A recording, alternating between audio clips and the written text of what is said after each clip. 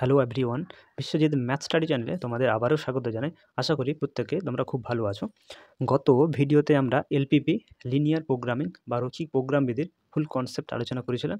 আজকে এই ভিডিওতে তার অনুশীলনীর সংক্ষিপ্ত প্রশ্নাবলীর বেশ কয়েকটা প্রশ্ন আলোচনা করব। তো তোমরা অবশ্যই ভিডিওটি শেষ অবধি দেখবে। আর যারা কনসেপ্টে ভিডিওটি এখনই দেখোনি তারা আগে কনসেপ্টে ভিডিওটি দেখো, নাহলে অনুশীলনী কিছু বুঝতে পারবে না। ওকে, তো তোমরা চাইলে চ্যানেলে প্লেলিস্টে গিয়ে দেখতে পারো, নাহলে এই ভিডিওর নিচে আমি ডেসক্রিপশন বক্সে লিঙ্ক দিয়ে দেবো, সেখান থেকে তোমরা চাইলে দেখতে পারো। তাহলে আগে কনসেপ্টের ভিডিও দেখো আর তারপরে অনুশীলনের অঙ্কগুলো করো। ওকে, আর তাছাড়া এই চ্যানেলে যদি কেউ নতুন হও তাহলে চ্যানেলটি অবশ্যই সাবস্ক্রাইব করবে। তো চলো আজকে ক্লাস শুরু করি। তো দেখো, গত ভিডিওতে আমরা এলপিপির ফর্মুলেশন শিখছিলাম। ফর্মুলেশনগুলো কিভাবে সলভ করতে হয় তা আগের দিনের ভিডিওতে আমরা দু একটা এক্সাম্পলের মাধ্যমেও দেখেছিলাম। তো আজকে সেটা এই অনুশীলনী করার সাথে সাথে আরও ভালো করে শিখব। আমি বলেছিলাম যে তোমাদের পরীক্ষাতে অল টোটাল 3 টাইপের কোশ্চেন থাকে। 1 নম্বর হচ্ছে তোমাকে একটা বিবৃতি দিয়ে দেবে, সেই বিবৃতিটাকে তোমাকে সমস্যা বা ফর্মুলেশন আকারে প্রকাশ করতে হবে। তাছাড়া 2 নম্বর হচ্ছে যে তোমাকে হয়তো একটা সমস্যা বা ফর্মুলেশন দিয়ে দেবে, সেটাকে তোমাকে এই গ্রাফে প্লট করে বা ছবিতে এঁকে তোমাকে তার সমাধান অঞ্চল বা সমাধান খুঁজতে হবে। আর তাছাড়া নাম্বার 3তে জিজ্ঞাসা করতে পারে যে তোমাকে হয়তো একটা বিবৃতি বা ভাষামূলক একটা কোশ্চেন দিল, সেখান থেকে তোমাকে সমস্যা বা ফর্মুলেশন বের করে সেটাকে আবার কিন্তু গ্রাফে বসিয়ে সেখান থেকে সমাধান করতে বলতে পারে। ঠিক আছে, তাহলে এই 3 টাইপের কোশ্চেন যে পড়ে সেটা আমরা আগের দিন তোমাদেরকে অবগত করেছিলাম। ওকে, আর একটি কথা আমি তোমাদেরকে বলতে চাই যে আমি অঙ্কগুলো করার সময় আমরা কিছু কিছু জিনিস নতুন শিখব, যেগুলো তোমাদেরকে জানতেই হবে। তাই অঙ্কগুলো স্কিপ না করে তোমরা দেখবে। কিছু কিছু জিনিস আছে যেগুলো আমি অঙ্ক করার সাথে সাথে বলার চেষ্টা করব। ওকে, তো দেখো এখানে 1 নম্বর কোশ্চেন কী বলছে, এখানে জেড ইকুয়াল টু দেওয়া আছে 2x + 3y-কে চরম করতে হবে। আমরা জানি এই জেডকে আমরা অবজেক্টিভ ফাংশন বলে রাখি, ঠিক আছে, বা বিষয়াত্মক অপেক্ষক।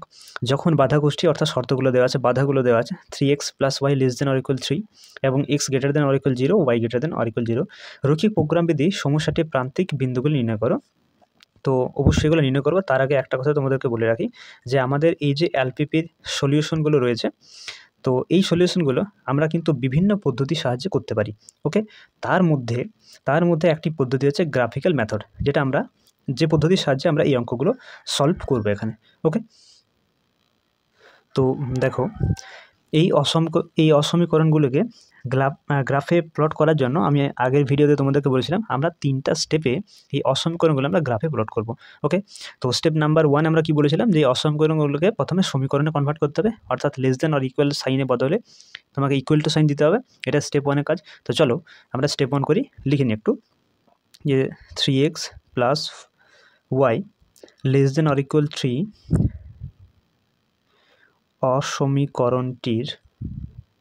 অসমীকরণটির অনুরূপ সমীকরণ হলো <= সাইনটা ইকুয়াল টু সাইনে কনভার্ট করে দাও, তাহলে 3x + y = 3। ঠিক আছে, তাহলে দেখো আমার এটা ইকুয়েশন হয়ে গেল। অসমীকরণ ছিল, যেটা আমার সমীকরণ হয়েছে। এটা স্টেপ 1-এর কাজ ছিল। ঠিক আছে, এখন স্টেপ 2-তে আমরা কী করছিলাম না, স্টেপ 2-তে আমরা একটা বক্স বানাচ্ছিলাম, যাতে ওই স্ট্রেট লাইনটি বা ওই সরেখাটা আমরা গ্রাফে রিপ্রেজেন্ট করতে পারি। তো এখানে আমি তোমাদেরকে বলবো যে এটা বক্স করার দরকার হবে না। তোমরা ক্লাস 11-এ সরেখার ছেদিতাংশ আকার পড়েছো, তাহলে ছেদিতাংশ আকার যদি কনভার্ট করে নাও, তাহলে তোমাদের ওই বক্স বানানোর দরকার হবে না, খুব সহজেই তোমরা গ্রাফে রিপ্রেজেন্ট করতে পারবে। ওকে, তো এখানে আমরা দেখো ছেদিতাংশ আকারে কনভার্ট করে দিই। তাহলে এখানে বুথ সাইড তুমি 3 দিয়ে ভাগ করে দাও, তাহলে 3x + y বুথ সাইড 3 দিয়ে ডিভাইড করলে কী পাবো, এটা হয়ে যাচ্ছে তোমার 3x/3, এটা হয়ে যাচ্ছে y/3, এটা হচ্ছে 1। তাহলে x/3 কেটে দাও, তাহলে x/1 y/3 = 1। আমরা জানি ছেদিতাংশ আকার কেমন হয়, x/a + y/b = 1 হয়। এটা ক্লাস 11-এ তোমরা শিখেছো। তাহলে x/1 + y/3 = 1 পাচ্ছি, অর্থাৎ x অক্ষকে এই 1,0 বিন্দুতে এবং y অক্ষকে 0,3 বিন্দুতে ছেদ করে এই সরেখাটি। ওকে, এখন এই সরেখার সমীকরণটিকে আমাদেরকে xy কার্তেশীয় তলে বা গ্রাফে আমাকে প্লট করতে হবে। তার জন্য দেখো আমি xy কার্তেশীয় তলে x Axis y Axis already এঁকে নিয়েছি। তো তোমাদেরকে আমি একটু বলে রাখি, আমাদের কোনো ছক কাটা থাকবে না, এই ছবিগুলো গ্রাফে প্লট করার জন্য কোনো ছক কাটা থাকবে না, আমাদের নিজেদেরকে করে নিতে হবে। এবং পরীক্ষাতেও তোমাদেরকে এই নিজেদেরকে ছক কেটে তোমাকে গ্রাফ তৈরি করে সেই গ্রাফে বিন্দুগুলি তোমাকে স্থাপন করতে হবে। আলাদা করে ছক কাগজ বা গ্রাফ পেজ বোর্ড থেকে সাপ্লাই করা হবে না। ওকে, তো আমি এখানে পেন এবং স্কেলের সাহায্যে করছি। তোমরা যখন পরীক্ষাতে করবে তখন পেন্সিল এবং স্কেল ব্যবহার করে ছবিটা করবে, তাহলে পারফেক্ট হবে এবং ছবিটা দেখতেও সুন্দর লাগবে। ওকে, তাহলে এখানে দেখো, এখানে 1 বলছে যে 1-এ ছেদ হবে, তাহলে 1,0 এই পয়েন্টটি। আর এখানে এই y অক্ষকে 3-এ ছেদ করে বলছে, তাহলে এটা হচ্ছে আমার 0,3 পয়েন্ট। ঠিক আছে, তো এটাকে সিম্পলি স্কেল দিয়ে যোগ করে নাও। ওকে, তো দেখো যোগ করলে তুমি এরকম একটি স্ট্রেট লাইন বা সরেখা পাবে, যার সমীকরণ হচ্ছে 3x + y = 3। ওকে, আচ্ছা, তাহলে এটাকে তুমি এটা মূলবিন্দু অরিজিন এর নাম দিয়েছো, নাম তো অলরেডি দেওয়া আছে ও, এটার নাম তুমি a দিয়ে দাও এবং এই বিন্দুর নাম b দিয়ে দাও। ওকে, তাহলে ও এ বি হচ্ছে আমার প্রান্তিক বিন্দুগুলি, যে প্রান্তিক বিন্দুগুলো আমাকে নির্ণয় করতে হবে। ওকে, অর্থাৎ কোনা বিন্দুগুলি। আচ্ছা, এরপরে স্টেপ 3 আমার কাজ কী ছিল? স্টেপ 3-তে আমার কাজ ছিল যে এর সমাধান অঞ্চলটা নির্ণয় করতে হবে। ঠিক আছে, তাহলে এখানে আমি একটু লিখে নিই। গত ভিডিওতে আমি তোমাদেরকে বলছিলাম যে এমন একটা পয়েন্ট তোমাকে নির্ণয় করতে হবে বা একটা চুজ করতে হবে, যে পয়েন্টটা অবশ্যই কিন্তু এই সমীকরণগুলো বা এই লাইনগুলোর উপর না থাকে। তো লক্ষ্য করে দেখো, এটা মূলবিন্দুগামী নয়, তাহলে মূলবিন্দু দিয়ে চেক করলে সবচেয়ে ভালো হয়। তাহলে আমি 0,0 3x + y <= 3 এই যে অসমীকরণটি, এই অসমীকরণটিতে বসিয়ে পাই। তাহলে 0,0 বসালে কী পাচ্ছ তুমি? 0 + 0 <= 3 আর 0 <= 3 অবশ্যই। তাহলে 0 কিন্তু 3 থেকে ছোট হয়, তাহলে এটা হচ্ছে যা সত্য। ঠিক আছে, আচ্ছা, তোমাদেরকে বলেছিলাম যে যদি সত্য হয়, ঠিক আছে, সত্য পাও, তাহলে এর যে শেডিংগুলো হয়, অর্থাৎ যে সমাধান অঞ্চলটি হয়, তা মূলবিন্দুর দিকে হয়। যদি মিথ্যা হতো তাহলে মূলবিন্দুর অপোজিটে হতো। তাহলে এর যে শেডিংগুলো, এই যে তীর চিহ্নগুলো, এই যে সমাধান অঞ্চলটা, এটা কিন্তু মূলবিন্দুর দিকে হবে। ওকে, আচ্ছা, তাহলে আমার এখানে স্টেপ 1, স্টেপ 2, স্টেপ 3 কমপ্লিট হয়ে গেল। তাহলে এখানে লক্ষ্য করে দেখো কোন জায়গাটায় সমাধান অঞ্চল হচ্ছে। দেখো এটা x = 0, y = 3, এটাতে x অক্ষ y অক্ষের সমীকরণগুলো রয়েছে, তাহলে x অক্ষ y অক্ষ থাকলো। আর এই যে স্ট্রেট লাইনটি যেটা আমরা ছকে প্লট করলাম, তো এর যে সমাধান অঞ্চলটা সেটা মূলবিন্দুর দিকে, তাহলে এই যে অঞ্চলটি রয়েছে, এই অঞ্চলটি হচ্ছে কার্যকর সমাধান অঞ্চল। ওকে, তো একটু লিখে নিই যে অতএব কার্যকারী সমাধান অঞ্চল কি হচ্ছে? ও এ বি, তাই না? ও এ বি হচ্ছে এর সমাধান অঞ্চলটি। ওকে, বুঝতে পেরেছো? আচ্ছা, এখন দেখো কোশ্চেনে তোমাকে কী চাইছে, যে রৈখিক প্রোগ্রামবিদের সমস্যাতে প্রান্তিক বিন্দুগুলি চাইছে, অর্থাৎ কোনা বিন্দুগুলি চাইছে। তাহলে এদের প্রান্তিক বিন্দুগুলি হলো, একটা হচ্ছে ও, যার স্থানাঙ্ক মূলবিন্দুর স্থানাঙ্ক 0,0। ওকে, একটা বিন্দু হচ্ছে এ, যার স্থানাঙ্ক 1,0, একটি হচ্ছে বি, যার স্থানাঙ্ক 0,3 হবে, 0,3। ওকে, তাহলে এই প্রান্তিক বিন্দুগুলো হচ্ছে ও এ বি, যার স্থানাঙ্ক 0,0, 1,0, 0,3। ওকে, আশা করি প্রত্যেকে তোমরা বুঝতে পেরেছো। ঠিক আছে, ঠিক আছে, তাহলে তোমাদেরকে এইভাবেই কিন্তু প্রান্তিক বিন্দু বা সমাধানগুলো খুঁজতে হবে। আর এই ছবিটি তোমাদেরকে নিজে থেকে গ্রাফ কেটে করতে হবে, কারণ আলাদা করে তোমাদেরকে তো গ্রাফ পেজ দিচ্ছে না। আর ছবিগুলো যখন করবে স্কেল দিয়ে করলে পরে এই মাপগুলো সমান মাপের অবশ্যই নেবে, যাতে ছবিটা পারফেক্ট হয় এবং খুব একটা একোয়ার্ড না হলেও চলবে, যেমন চোখের দেখা ঠিক থাকলেই হলো, তবু মোটামুটি করবে এমনভাবে যাতে একদম পারফেক্ট হয়, নাম্বার কাটার কোনো অপশান না থাকে। আর ঠিক আছে, দেখতেও সুন্দর লাগবে।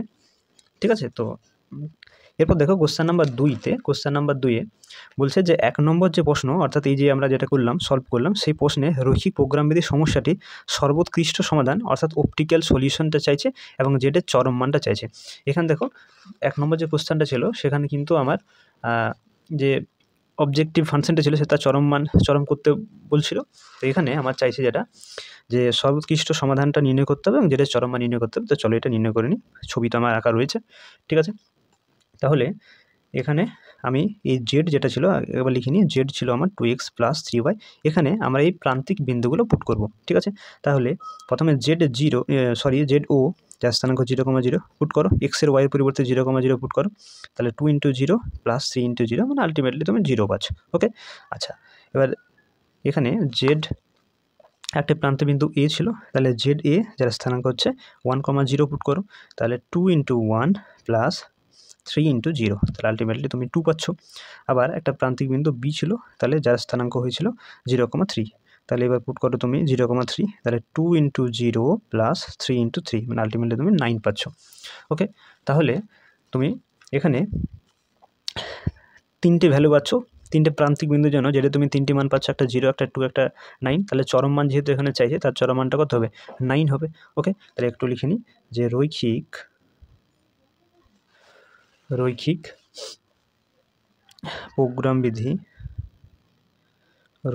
প্রোগ্রাম বিধি সমস্যাটির সর্বোৎকৃষ্ট সমাধান বা প্রান্তিক সমাধানও বলতে পারো, প্রান্তিক সমাধান যেটাকে অপটিক্যাল সলিউশন বলছে, তাহলে সেটা কত হলো? সেটা হচ্ছে 0,3 পয়েন্ট, তাই না? 0,3 পয়েন্টে তার ম্যাক্সিমাম মানটা পাচ্ছি, ঠিক আছে। আচ্ছা, এবং জেডের চরম মান যদি বলো, তাহলে হবে জেডের চরম মান হলো কত না 9। ওকে, বুঝতে পেরেছ? তাহলে এই দূরে দেখো কোশ্চেন চাইছিল একটি সর্বোৎকৃষ্ট সমাধানটা নির্ণয় করতে বলছিল, যেটা আমরা দেখলাম 0,3 পয়েন্ট হচ্ছে এবং চরম মানটা হচ্ছে 9। ওকে, তো বুঝতে পেরেছ? ঠিক আছে। এরপর দেখো 3-এর দাগে অল টোটাল তোমাদের দুটো কোশ্চেন রয়েছে, তার মধ্যে একটি হচ্ছে রৈখিক প্রোগ্রাম বিধি কাকে বলে। তো যদি সংজ্ঞা হিসেবে থাকে তাহলে তোমরা এটা লিখতে পারো যে রৈখিক প্রোগ্রাম বিধি বা লিনিয়ার প্রোগ্রামিং হলো এমন একটি গাণিতিক পদ্ধতি যা নির্দিষ্ট সীমাবদ্ধতার সাপেক্ষে একটা রৈখিক অপেক্ষক বা লিনিয়ার ফাংশনের সর্বোচ্চ বা সর্বনিম্ন মান নির্ণয় করতে ব্যবহৃত হয়। এটি সম্পদ বা সুযোগের সর্বোত্তম ব্যবহার নির্ধারণ করতে সাহায্য করে, যেমন লাভ সর্বাধিক করা বা খরচ কমানো ইত্যাদি। তো যাই হোক, আলটিমেটলি কী বুঝলাম যে লিনিয়ার প্রোগ্রামিং বা রৈখিক প্রোগ্রাম বিধি এমন একটি শক্তিশালী গাণিতিক পদ্ধতি, যে পদ্ধতিতে তোমার যদি কোনো সম্পদ অবশ্যই সম্পদ সীমায়িত সম্পদ কিংবা লিমিটেড সম্পদ থাকে, তাহলে সেটাকে তুমি এমন কৌশলে ব্যবহার করে সেখানে খরচটা বা কস্টিংটা সবচেয়ে কম করে তুমি সেখান থেকে প্রফিটটা ম্যাক্সিমাইজ করতে পারো, তার একটা পদ্ধতি হচ্ছে রৈখিক প্রোগ্রাম বিধি বা লিনিয়ার প্রোগ্রামিং। ওকে, আচ্ছা, 2 নম্বর কী বলছে দেখো, একটা রৈখিক প্রোগ্রাম বিধির বিষয়াত্মক অপেক্ষক, যেটাকে আমরা জেড দ্বারা প্রকাশ করি, যেটাকে ইংরেজিতে অবজেক্টিভ ফাংশন বলে, সেটা কাকে বলে সেটা জিজ্ঞাসা করছে। তো তোমরা এটা লিখতে পারো যে বিষয়াত্মক অপেক্ষক বা অবজেক্টিভ ফাংশন হলো রৈখিক প্রোগ্রাম বিধির এমন একটা রৈখিক অপেক্ষক যা সমস্যাটির চলরাশিগুলোর বা ভেরিয়েবলের উপর ভিত্তি করে তৈরি হয়, তাই না? জেড ইকুয়ালস টু ধরো 5x + 3y, তাহলে xy কি? xy হচ্ছে এখানে ডিসিশন ভেরিয়েবল, অর্থাৎ যেগুলো ডিসিশন মেকিং করবে, তাহলে ওই ভেরিয়েবলগুলো দিয়ে তোমার অবজেক্টিভ ফাংশনটা তৈরি হচ্ছে, তাই না? এর মানকে চরম বা ম্যাক্সিমাইজ এবং অবম বা মিনিমাইজ করতে হয়। তাহলে আমরা অবশ্যই একটা অবজেক্টিভ ফাংশনকে ম্যাক্সিমাইজ বা মিনিমাইজ করে থাকি। যদি খরচ হয় তাহলে অবশ্যই মিনিমাইজ করার চেষ্টা করব, আর যদি সেখানে লাভ হয় তাহলে অবশ্যই ম্যাক্সিমাইজ করার চেষ্টা করব। তাহলে অবজেক্টিভ ফাংশনটা আশা করি তোমরা বুঝতে পারলে। ওকে, আচ্ছা, এরপর দেখো 4-এর দাগ, কোশ্চেন নাম্বার 4 কী বলছে, রৈখিক প্রোগ্রাম বিধির দুটি সুবিধা বা অ্যাডভান্টেজ তোমাকে লিখতে হবে। তো 1 নম্বরে তুমি লিখতে পারো যে এই পদ্ধতিটি সীমিত সম্পদকে, যেমন অর্থ, উপাদান, সময় ইত্যাদি অবশ্যই লিমিটেড, সীমিত, তাহলে এগুলোকে তুমি সবচেয়ে দক্ষতার সাথে ব্যবহার করতে পারবে কিন্তু এই প্রসেসের সাহায্যে, তাহলে এটা একটা সুবিধা হলো। 2 নম্বর, তাছাড়া এই পদ্ধতিটি সম্পদের নির্দিষ্ট সীমাবদ্ধতা মেনে সর্বোচ্চ লাভ বা সর্বনিম্ন খরচ নিশ্চিত করে এমন একটা সর্বোত্তম সিদ্ধান্ত খুঁজে বের করতে সাহায্য করে। অবশ্যই ঠিক আছে, তাহলে ওই সীমায়িত সম্পদকেই ব্যবহার করে তুমি লাভ সর্বোচ্চ এবং খরচ সর্বনিম্ন যে করতে পারবে, তার কোনো সিদ্ধান্ত বা তার কোনো আলটিমেট ওয়ে, ঠিক আছে, তুমি খুঁজে অবশ্যই পাবে এই লিনিয়ার প্রোগ্রামিংয়ের সাহায্যে। ঠিক আছে, তাহলে এই দুটি তুমি সুবিধা অবশ্যই পরীক্ষাতে পড়লে লিখতে পারো। ঠিক আছে, আচ্ছা, এরপর দেখো কোশ্চেন নাম্বার 5, একটা রৈখিক প্রোগ্রাম বিধির দুটি সীমাবদ্ধতা বা লিমিটেশন এখানে তোমাকে বলতে হবে যে রৈখিক প্রোগ্রাম বিধির কী কী সীমাবদ্ধতা আছে, সব জায়গায় কি অ্যাপ্লাই করা যাবে না, যদি যায় না তাহলে কোথায় যায় না বা কোথায় ব্যবহার করা যায়, সেই সম্পর্কে তুমি একটা লিমিটেশন চাইছে, সীমাবদ্ধতা এখানে তোমাকে বলতে হবে। ঠিক আছে, তো দেখো 1 নম্বরে যেটা আমি লিখেছি যে এই পদ্ধতিতে বিষয়াত্মক অপেক্ষক, যেটা আমার অবজেক্টিভ ফাংশন, এবং বাধা গোষ্ঠী, যেগুলোকে আমরা কনস্ট্রেন্ট বলে রাখি, অবশ্যই রৈখিক হতে হবে, মানে লিনিয়ার হতে হবে।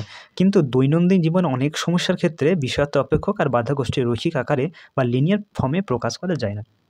এখন আমি তোমাদেরকে বলেছিলাম যে লিনিয়ার মানে যে ভেরিয়েবলগুলো থাকবে, সেই ভেরিয়েবলগুলোর মাথায় কিন্তু 1 থাকতে হবে, 1 থাকতে হবে, তাহলে সেগুলোই হচ্ছে আমার লিনিয়ার ফর্মে হলো বা রৈখিক আকারে হলো। কিন্তু অনেক সমস্যা আমাদের এভরিডে লাইফ, প্রত্যেক দিনের সমস্যা এরকম থাকতে পারে যেগুলো রৈখিকও হয় না। ঠিক আছে, তাহলে সেই সমস্যাগুলো কিন্তু এই লিনিয়ার প্রোগ্রামের সাহায্যে কিন্তু প্রকাশ করা কোনোভাবেই যাবে না, তাহলে এটা একটা লিমিটেশন হয়ে গেল। আচ্ছা, নাম্বার 2, যে সমস্ত রৈখিক প্রোগ্রামবিধি সমস্যায় সিদ্ধান্ত গ্রহণকারী চলরাশি, যেগুলোকে আমরা ইংরেজিতে ডিসিশন ভেরিয়েবল বলি, এবং বাধা গোষ্ঠী, যেগুলোকে কনস্ট্রেন্ট বলি, সমীকরণ বা অসমীকরণ সংখ্যায় অনেক থাকে, সেই সমস্যাগুলি সমাধানের ক্ষেত্রে খুবই জটিল গণনার সম্মুখীন হতে হয়, এমনকি কম্পিউটারের সাহায্যে গণনা কোনো কোনো ক্ষেত্রে দুঃসাধ্য হয়ে পড়ে। ঠিক আছে, তাহলে আমরা তোমাদের বইতে তো চলো সিম্পলি 2-3টা তোমাকে অসমীকরণ দিয়ে দেবে। ঠিক আছে, একটা হয়তো ডিসিশন ভেরিয়েবল দিয়ে একটা তোমাকে অবজেক্টিভ ফাংশন দিয়ে দেবে। ঠিক আছে, এবার ডিসিশন ভেরিয়েবল হিসেবে এক্স আর ওয়াই, এই দুটো দিয়ে তো আমরা অঙ্ক করছি। এবার এক্স ওয়াই জেড যদি আরও এর থেকে বেশি থাকে, তাহলে সেই সমস্যাগুলো সমাধানের ক্ষেত্রে কিন্তু অনেক জটিল হয়ে যায়, এবং দেখা গেছে যে সমস্যাগুলো সমাধান করা কম্পিউটারেও করা যায় না, এরকম দুঃসাধ্য হয়ে পড়ে। তো যাই হোক, এটাও লিমিটেশন হতে পারে যে আমাকে চল হিসেবে দুটোই নিতে হবে।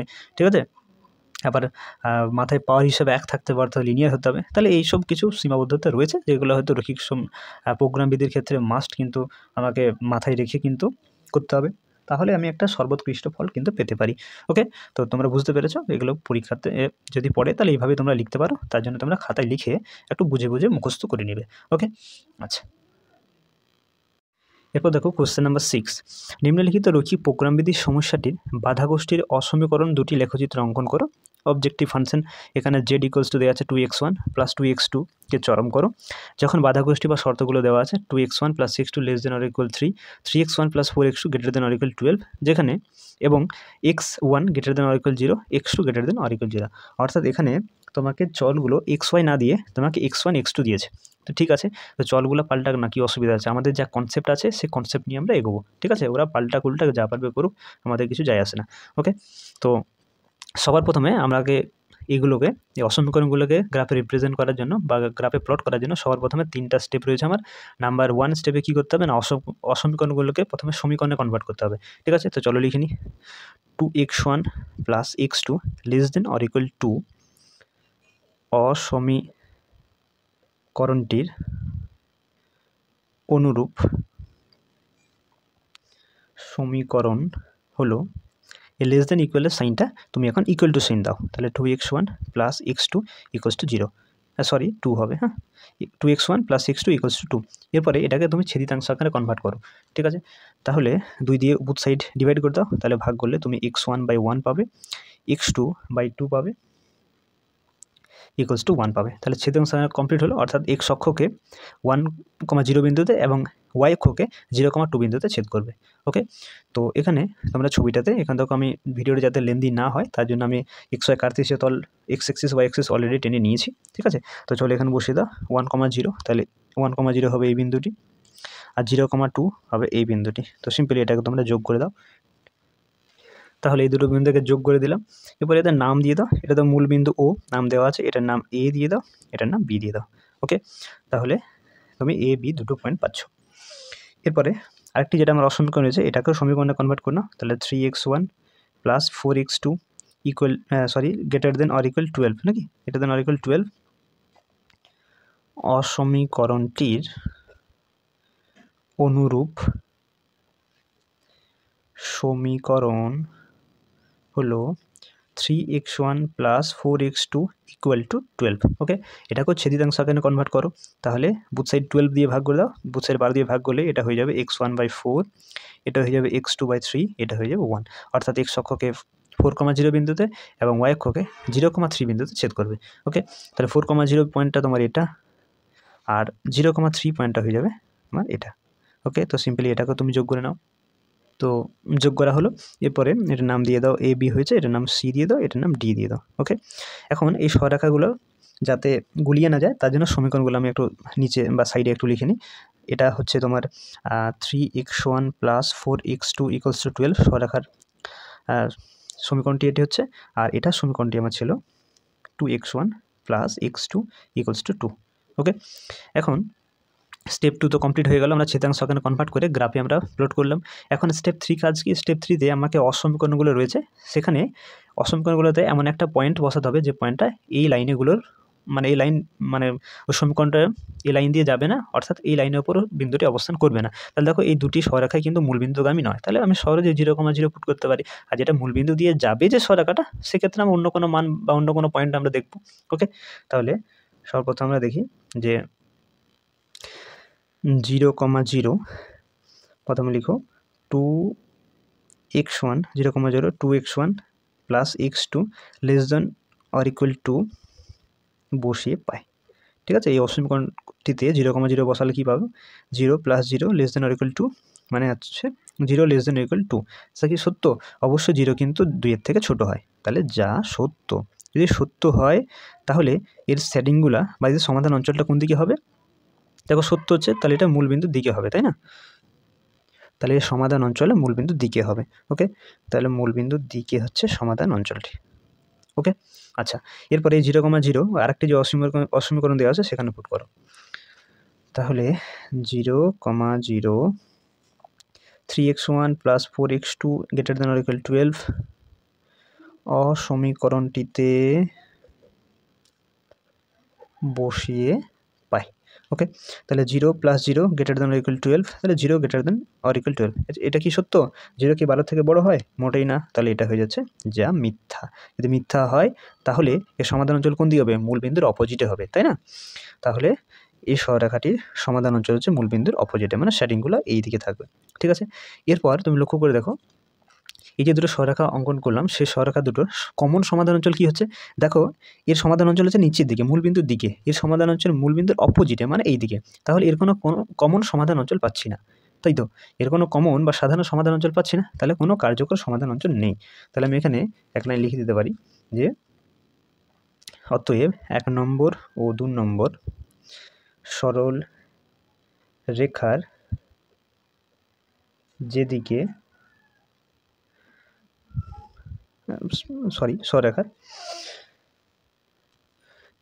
সরলরেখার একটির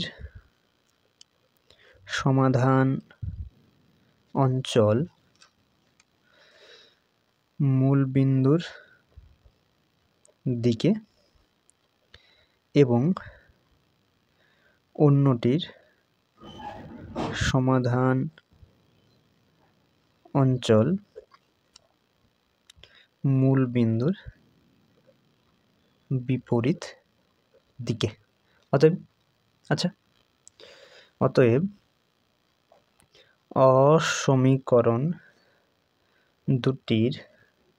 দুটি দ্বারা কোনো কার্যকর সীমাবদ্ধ অঞ্চল নেই। কোনো কার্যকর সীমাবদ্ধ অঞ্চল বা কমন কোনো সেকশন পাচ্ছি না। অর্থাৎ আমরা বলতে পারি যে রৈখিক প্রোগ্রাম বিধি যে সমস্যাটি, সেই সমস্যাটির কোনো কার্যকর সমাধান নেই। ওকে, ঠিক আছে, তাহলে কোনো কার্যকর সমাধান অঞ্চল আমি কিন্তু পাচ্ছি না। ঠিক আছে, যেহেতু দুটো সমাধান অঞ্চল দুদিকে হচ্ছে, তাহলে কোনো কমন সাধারণ সমাধান অঞ্চল নেই, সলিউশন নেই, তাহলে আমরা লিখে দিলাম যে কোনো কার্যকর সমাধান নেই। ওকে, এখন দেখো কোশ্চেন নাম্বার 7-এ যেটা বলছিল যে প্রমাণ করো 6 নম্বর যে প্রশ্নটা, মানে যে প্রশ্নটা আমরা করলাম, সেই প্রশ্নটা প্রদত্ত রৈখিক প্রোগ্রাম বিধির সমস্যাটি কোনো কার্যকর সমাধান নেই, তো সেটাই আমরা এখানে লিখলাম। ঠিক আছে, তো তাহলে 7-এরটা তোমাকে করতে হলো না। হ্যাঁ, 7-এর অ্যান্সারটা কিন্তু আমি এটার সাথেই লিখে দিলাম। ওকে, বুঝতে পেরেছো প্রত্যেকে? ঠিক আছে, তাহলে এটি অ্যান্সার হবে। এরপর দেখো কোশ্চেন নাম্বার 8, নিচে রৈখিক প্রোগ্রাম বিধি সমস্যাটির প্রান্তিক বিন্দুগুলি বা কর্নার পয়েন্টস নির্ণয় করো। তাহলে এখানে তোমাকে চরম বা অবমান চাইনি, শুধুমাত্র প্রান্তিক বিন্দুগুলো নির্ণয় করলে হবে। ওকে, যেখানে অবজেক্টিভ ফাংশন হিসেবে z সমান দেওয়া আছে 2x + 5, যেটাকে চরম করো। আর বাধাকষ্টির শর্ত হিসেবে দেওয়া আছে 0 less than or equal less x less than or equal to 4, 0 less than or equal to y less than or equal to 3, x plus y less than or equal to 6। ঠিক আছে, তো সবার প্রথমে আমার স্টেপ 1-এর কাজ হচ্ছে যে এই অসমীকরণগুলোকে সমীকরণ করতে হবে, অর্থাৎ এই লেস দেন ইকুয়ালের সাইনগুলোকে আমাকে ইকুয়াল টু সাইনে কনভার্ট করতে হবে। ওকে, চলো লিখে নিই। তাহলে 0 less than or equal x less than or equal 4, 0 less than or equal to y less than or equal to 3 O x plus y less than or equal to 6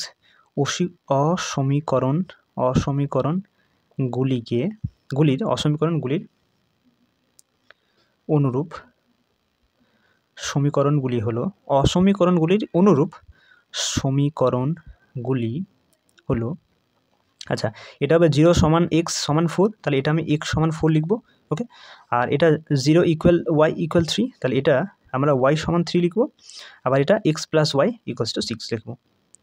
x plus Y equals to 6। Okay, তাহলে less দেন আর greater দেনের যে ইকুয়ালগুলো বা ইয়েগুলো ছিল, সাইনগুলো ছিল, সেগুলোকে আমরা equal to sign করলাম। ওকে, step 1-এর কাজ আমাদের এটাই থাকে। ঠিক আছে, এরপরে এটাকে 1 নম্বর সমীকরণ নাম দাও, এটাকে 2 নম্বর সমীকরণ নাম দাও, আর এটাকে তুমি ছেদিতাংশ আকারে কনভার্ট করে নাও। তাহলে বুথ সাইড 6 দিয়ে ডিভাইড করে দাও, তাহলে এটা x/6 y/6 ইকুয়ালস টু 1 হয়ে যাবে। এটা নাম দাও 3 নম্বর সমীকরণ। ওকে, তাহলে এরপরে আমাদের স্টেপ 2 কাজ হয়ে গেল। স্টেপ 2 তে আমাদেরকে ছেদিতাংশ আকারে কনভার্ট করতে হয়, তাহলে আমরা স্টেপ 2 কমপ্লিট করে নিয়েছি।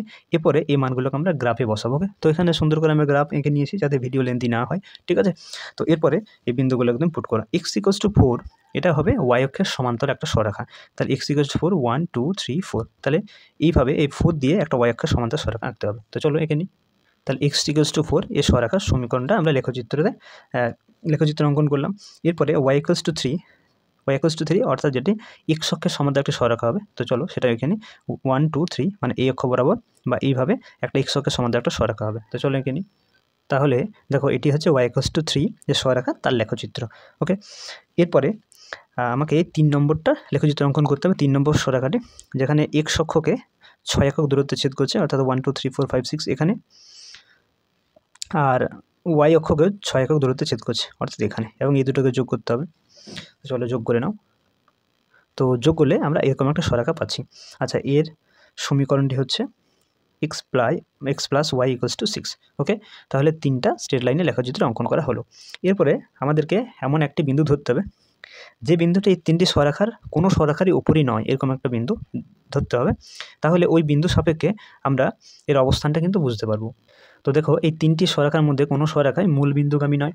তাহলে এই মূল বিন্দুগামী যদি না হয়, তাহলে আমি এই মূল বিন্দু অর্থাৎ 0, 0 এই 3টি সমীকরণে পুট করব। তারপরে আমরা দেখব যে সেটি তার যে সমাধান অঞ্চল, সরেখার সমাধান অঞ্চল, সেটা মূল বিন্দুর দিকে হচ্ছে না মূল বিন্দুর অপোজিটে হচ্ছে। ওকে, তো দেখো তাই করি। প্রথমে 0, 0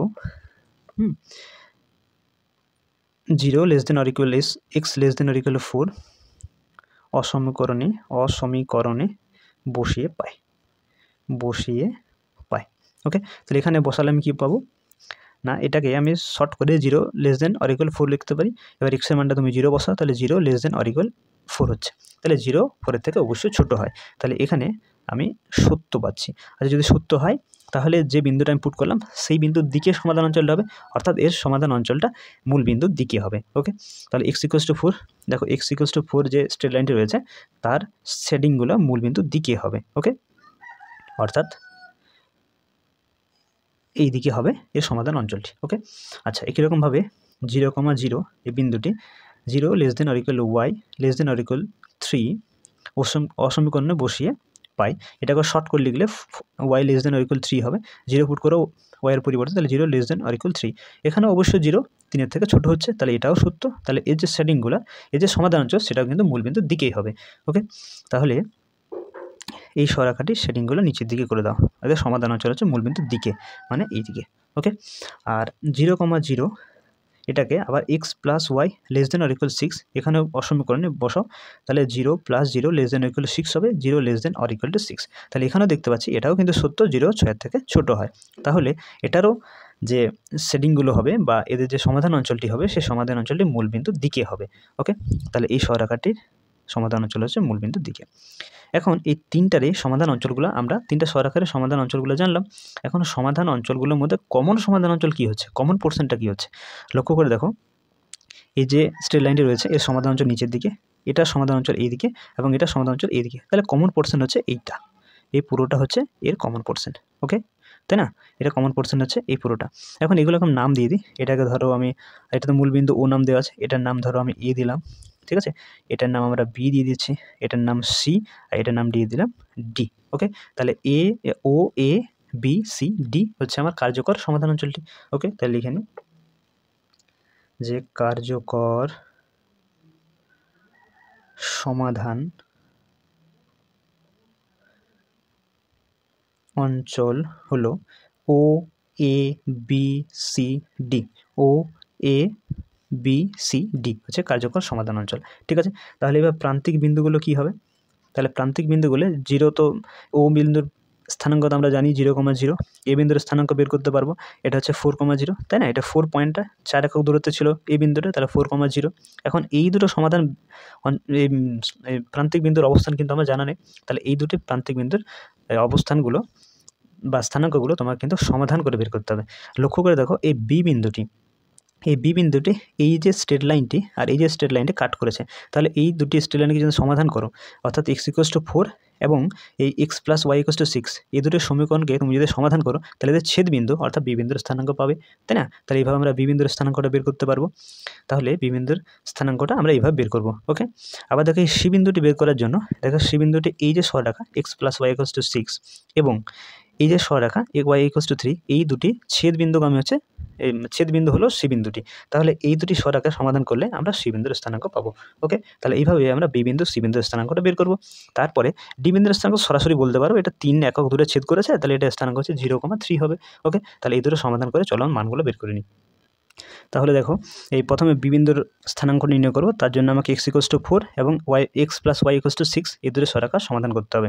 তাহলে x=4টা রয়েছে 1 নম্বর সমীকরণ, আচ্ছা, এবং x + y=6 যেটা আমার রয়েছে 3 নম্বর সমীকরণ, নাকি? তাহলে 1 নম্বর ও 3 নম্বর সমীকরণ সমাধান করে পাই। 1 নম্বর 3 নম্বর সমীকরণকে সমাধান করলে কী পাবে? 1 নম্বর সমীকরণে ছিল x=4, 3 নম্বর সমীকরণে ছিল x + y=6। তো সিম্পলি তুমি x এর মানটা এখানে পুট করে দাও, তাহলে x এর মানটা পুট করলে 4 + y = 6 হচ্ছে, তাহলে এখান থেকে y সমান তুমি কত পাচ্ছ? 2 পাচ্ছ, তাই না? তাহলে এখান থেকে সমাধান করে তুমি বি বিন্দুর স্থানাঙ্ক পাচ্ছ, বা x=4 হচ্ছে, y=2, তাহলে বি বিন্দুর স্থানাঙ্ক হলো, অতএব বি বিন্দুর স্থানাঙ্ক হবে কত? 4,2, তাই না? তাহলে এইভাবে বি বিন্দুর স্থানাঙ্কটা পেলে একই রকমভাবে তোমাকে সি বিন্দুর স্থানাঙ্ক বের করতে হবে, যেটা তোমার হচ্ছে এই যে একটা হচ্ছে x + y=6 মানে 3 নম্বর সমীকরণ, আর y=3 যেটা 2 নম্বর সমীকরণ। তাহলে 2 নম্বর ও 3 নম্বর সমীকরণ সমাধান করে পাই। 2 নম্বর সমীকরণ তোমার ছিল y=3 এবং 3 নম্বর সমীকরণ x + y=6। তো সিম্পলি y এর মানটা এখন 3 পুট করে নাও, তাহলে এখান থেকে x + 3 = 6 or x তুমি 3 পাচ্ছ। তাহলে সি বিন্দুর স্থানাঙ্ক কী হবে? সি বিন্দুর স্থানাঙ্ক হবে x=3 আর y=3, তাহলে 3,3 হচ্ছে সি বিন্দুর স্থানাঙ্ক।